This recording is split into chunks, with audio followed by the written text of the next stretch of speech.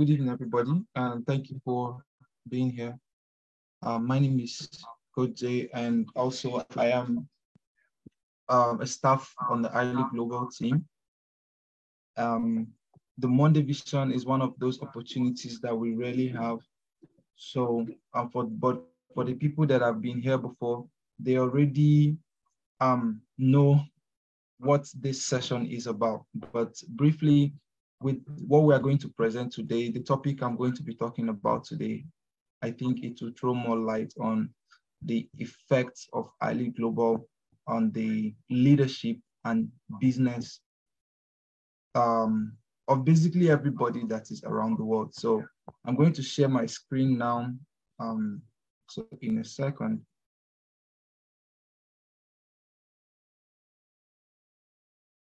Okay.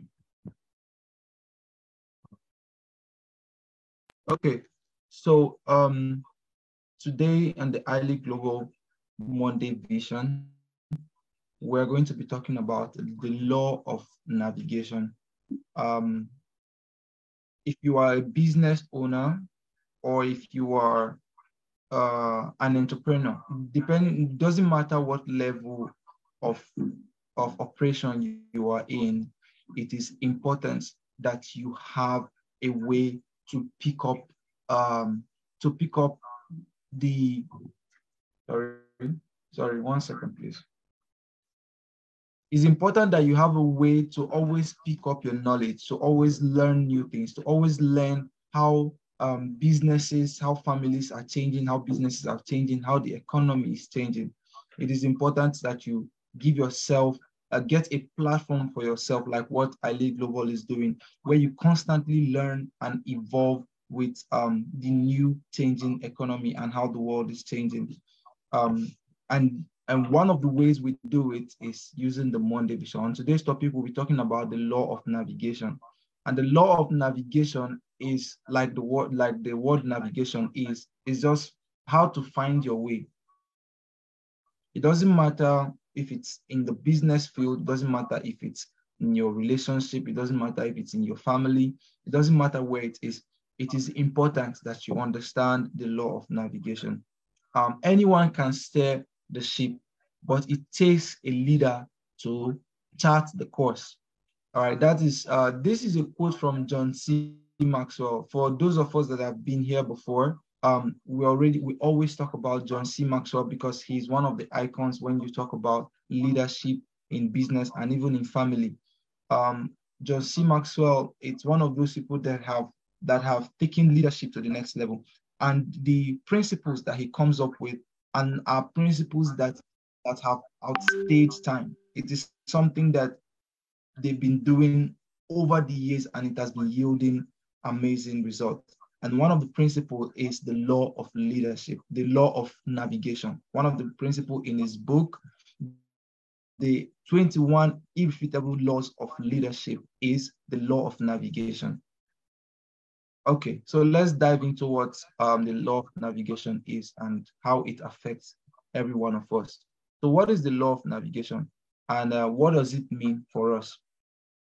Like I said before, the law of navigation is the principles that we have set out for ourselves to carry us through the different stages of success that we need in every aspect of our life. No matter what you are doing right now, no matter what you are involved in. Of course, I believe that everybody here is involved in something. And even if you are too young to have a business of your own, you have a plan for that. And if you are old enough to have a business of your own, you must have gone through it enough to take advantage of what we're about to talk about today. So the law of navigation is every single plan that we put in place to help us achieve the goal that we have set out, the main goal that we have set out. In the book 21 Irrefutable Laws of Leadership, the writer John C. Maxwell made mention of two explorers. One of them was Scott. Scott was a British man, and the other person was Amandus. So here's the thing: the two people, these are two people that have set out to achieve the same goal. They were explorers. And what explorers do is these are people that travel around the world to explore new things. And then the first to bring it out maybe can attach their name to it. So sometimes you hear that so and so person found this, so and so. So that is their business. That is what they do as business. Whatever we talk about today, I'm going to try to relate it to what we are doing in our own life. So their own business, I don't know what your business is. I don't know who you talk to. I don't know who you get advice from. I don't know what kind of family you are in. I don't know what kind of business relationship that you are in, but this is their own business. So they set out, and Scott, the British guy, was he already had a notion of traveling. He understands traveling. He understands exploring the world. So he made his brief plan, get things that, when you want to travel, you make your plan, you get a bunch of stuffs together, you get your clothing, depending on where you want to go. So he got his ship ready. There were explorers that travel through the sea. So he got his ship ready, got his crew ready, got people that would help carry load, got everything together, and he was ready for his trip. But the other guy among this, he took his time. He didn't jump into that preparation without doing his own investigation. So the first thing he did was go to people that have done this trip before, took his time to understand what it takes to actually be successful, not just to travel, not just what it takes to travel, but some of the unforeseen circumstances that might occur through his way. Most of us, when we hear of business, maybe somebody calls us and tells us, oh, there's so and so business that is around the corner.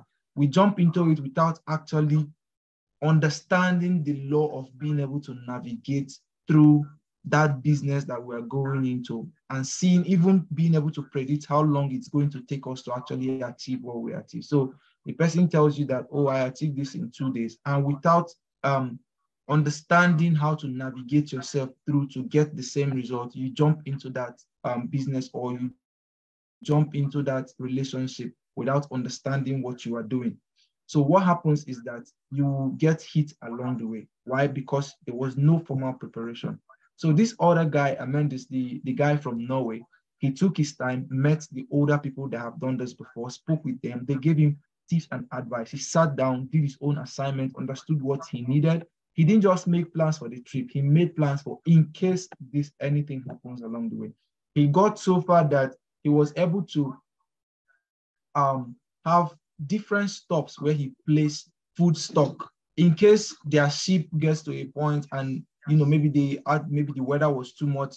Because sometimes for people that travel on ship, sometimes the weather the storm can be much, and then they throw out some of their loads. Sometimes food stuff can go with that too. And you know what it means to travel from one end of the world to the other without having proper food stock. No matter what, even if you don't want to have anything, make sure you have food with you. So planning is what we're talking about. Being able to navigate. So he made those plans, puts things in the road in case he actually gets somewhere that he got stuck. He will be able to have an option to help him. So when the journey started, these two people started the same journey, and the first person, Mr. Scott, was able to get, because they had to stop. They were going to stop on the North Pole, and then they were going to stop on the South Pole. So Mr. Scott, he made formal preparation also, but he didn't, pay attention to detail. He didn't actually read between the lines to see what is going to take for him to be the first to reach that point. So he was able to get to maybe by whatever luck happened to him. Like you could start a business with someone and you notice that this person is just getting everything, and you are still, planning, putting things together, being patient, paying attention to what is going to take. Sometimes you don't know that the person that you feel have started before you did not make all those plans. So at some point they will get stuck. But when you get to that point where you get stuck, you would pass the person because of proper planning, because you were able to understand the way of navigating yourself from where you started to where you are going to. So Scott got stuck and he couldn't move from the South Pole because his food got finished. The weather was tougher than he expected. Some of his men were injured and there was no medicine on the ship because the medicine they had was not enough. What he predicted was going to happen was not. But this other guy had more than enough. And because of that, Even when they got to the South Pole, to the North Pole, heading to the South Pole, he didn't stop. He had so many things working for him that it was recorded that the only thing that he could not cover up for was one of his men that lost his tooth. So apart from that, everything was okay. But Mr. Scott was still struggling on the road because, what he thought, oh, 5 men, don't worry, we're just going to give them one, one, one. Whatever he predicted did not work. So it is important for us to actually look at how things have been done in the past before we jump into it. So that way we are not jumping into things without knowing what it is going to take to achieve the goals. And finding out on the road is going to cause us more damage than good. So the difference in leadership. Now, Mr. Amundsen is carefully charted his course. Meanwhile, Mr. Scott violated the law of navigation. So what does this mean? See, Mr. Amundsen, the guy from Norway, because he did his homework, because he took his time, because he was taking his time, of course, Mr. Scott was able to get to the first stop before him. But was he able to advance? No, because he didn't have enough, because he didn't have enough preparation. He didn't have the wiser people tell him what to do and how to achieve the goal.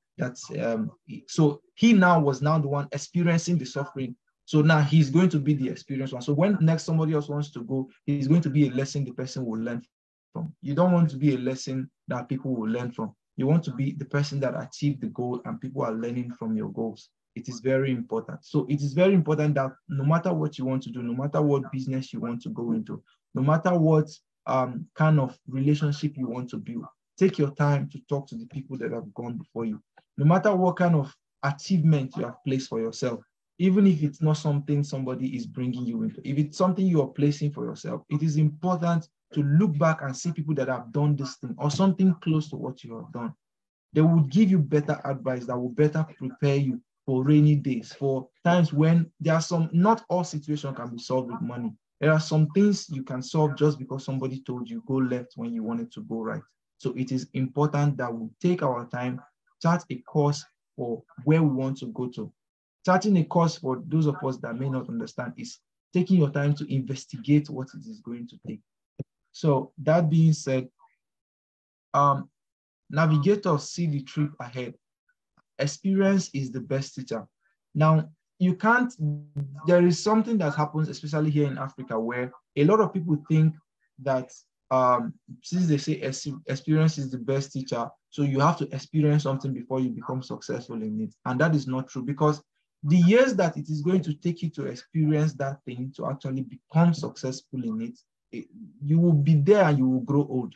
And then, wherever you stop, you will still see that you have not achieved the goal. So the best thing is to have a mentorship. The best thing is to have a place you go to learn. That is why when I started this session, I talked about the importance of having a medium of learning, a medium of improvement, not just anyhow learning, but practical learning things that you can actually practicalize. I like what Ali Global is doing with their School of Business and the School of Coaching, because the School of Business is a carefully crafted program that it's not just theories, it is things that the master coach Raphael Gini did himself. And this man is a billionaire, not just in an economy like what we have in Africa, but in the US, So for him, an African man, to be able to do that, everything that he did step by step and every knowledge that he has gathered is the kind of experience that if you learn from and apply in what you are applying his 40 years or 50 years of experience into your today's business. Of course, you're going to get that kind of result. You understand? But not having the mentorship, not having that right experience, or wanting to experience it by yourself is the thing that slows us down the most from achieving the goals that we're targeting. So it is important that we pay attention to that. The great consequence. There is an inevitable damage when you don't obey the law of navigation. So it is important for us to know that sometimes when you talk about consequence, it is important that you take it serious. It doesn't matter what you're doing, regardless of if it's in your family, if it's in your relationship, if it's in your business, it is important that you pay attention to the law of navigating through that particular thing so that you don't face the consequence, because some of these consequences can be so great that you will not be able to recover from it. There are some things that can happen to your business and you will not be able to recover from it. And this might be a business you spent millions of years building, and then you just make a mistake and everything just comes to crumble. It doesn't matter the kind of effort you have put in that business. If you don't have the proper guidance to help you succeed in it, nothing will make you. So it doesn't matter the kind of effort you have put in that relationship, in that family. If you don't have the experience to be able to hold a family or to be able to, sustain a particular relationship you're building with your friend, with your family, with whoever, you would actually make mistakes that can be so costly that you might not be able to recover. So that is another important aspect of obeying the law of navigation. So finally, starting the course with a navigation strategy. Because it is one thing to point out the problem, it's another thing to talk about the solution. I'm trying my best to run as fast as we can, but I think this is the last slide. So let's talk about the solution. Some things, practical steps that you can actually take, and I hope you will take note of some of them. So predetermine, the first one is predetermine a course of action. So of course, predetermine means you have to take your time to think about what you think is going to take you to achieve that goal that you have set out for yourself. Think about what is going to take you to reach that height that you think you're going to reach in 5 days, 3 days, because it's not about the amount of days you have placed, it's about what it will take you to get there. So it is important that you know, and this is also going to remind you of the fact that you don't know everything and give you a reason to be able to reach out or learn from places that actually have keys to help you succeed. Then lay out your goals clearly for yourself. That's the number 2 thing. You have to make sure that you understand clearly what you are going to do.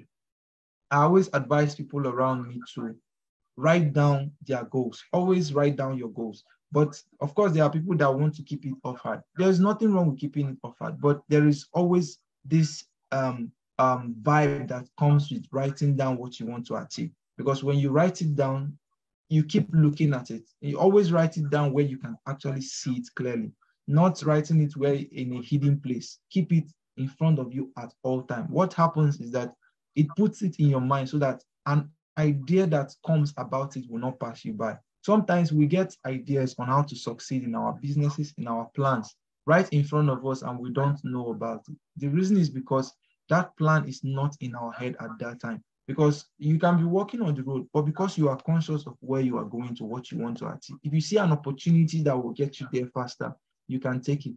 And that is why it's important to keep your goals in front of you. Adjust your priority. That is the 3rd one. See, priorities is very important. It is one of the things that a lot of people overlook. Prioritizing things for your destination, wherever you are going to, is basically the first thing that makes anybody successful. Because it doesn't matter how good you are, if you are not able to keep up with time, if you are not able to know what to do, step 1, step 2, step 3, and stick to them, you will always be distracted. That is another thing. So notify key personnel. In almost everything that we do, we need people. We cannot hide from it, especially with the way things have advanced right now. You can't do things in small scales anymore and hope to excel. You have to do things in a larger scale. So it is important that we link ourselves up with very important people that will help us achieve the goals. Most of these people are around us. They don't have to be those big people you think. Sometimes you see them, they are around you, but because you know the importance of involving people in what you are doing, you might not take advantage of their presence. And before you know it, you are struggling. And after like 10 years, somebody will now tell you, you tell me now, I would have helped you. It's important that we pay attention to our environment to see the important people. Most of the people that can give you value, they don't talk. They are usually quiet. You might not even know, it might even be your own brother or your sister, or somebody that you even talk to every day. So it is important that you find the people that are key personnel to help you achieve your goal. The another one is head into action. Action, action, action. Most of us waste too much time talking. You talk about this, talk about that, talk about your problems, talk about what is holding you back, but if you keep acting, you will notice that you will achieve more than you complain. So that is important. Expect problems. Some of us go into, because you feel like you have it all figured out or you've done it before, but for whatever reason that is keeping you confident. See, confidence sometimes can be a limitation. So it is important to know when to be overconfident and when to be just confident. So confidence is very important in everything, but it is also important not to be overconfident. So you know to be careful. So what happens is that because you know you are confident, but you don't want to be too confident. So what you do is you put, just like what Mr. Amundsen did, he stocked food along the journey. So he has called his friends, people that live along the road that he's going to pass, to help him put, and then he pays them by all means, of course, but they have already made provision. So by the time he's getting there, he's getting medicine, he's getting food stuff, which he knows that for that long journey, he might not be able to have everything he needs, but because he has already planned ahead. So in your business, in your whatever it is you're doing, you have to know the importance of expecting problem. That way you can be able to put things on ground. And then I will always advise you once again to write. Do not, that's what a lot of people do. You have a goal you want to achieve, and then you're making all the plans in your head. You're not putting it down somewhere that you can physically see what you're trying to achieve. Then another one is always point out the success. In everything we do, we have problem. I'm going to try and rush as fast as I can. In everything we do, we have problem. It doesn't matter what you are doing. So don't always look at the negative side, because what happens is that it can sometimes be overwhelming. And especially if you don't have a mentor, if you are new and you feel confident in yourself that don't worry, I'll keep doing it till I succeed. Don't worry, something that you're supposed to succeed in 5 days, you succeed in 10 years. Why? Because you want to do it on your own. So always point to success as you're facing trouble. Always point to success. Always remember the good that you have achieved, even if it's the fact that you actually took that step. So those success will motivate you to keep doing. Another very important exercise I would advise everybody, especially all of us that are here, is always look at the people that have done this thing before you and succeeded. Their stories, if you sit down on their stories for 1 hour every day, 10 minutes every day, in fact, what it does is it motivates you and gives you a clear goal of what you want to achieve. And the lastly is daily review of your planning, right? So daily review is one of the things that you can do in just 5 minutes, 3 minutes. It doesn't take long, especially if you are a type of person that actually have everything you want to achieve written down. So reviewing it every day, it tells you where you are lacking, what you have achieved, and how far you need to go. Sometimes you can get bored, but it's something that you must stick to. This exercise of reviewing your plan every day is one of the reasons why your attention will not be distracted. Even if somebody is distracting you, but because you have that daily plan of, oh, I have to check my goal, this is what I want to achieve, and I have to check it every day.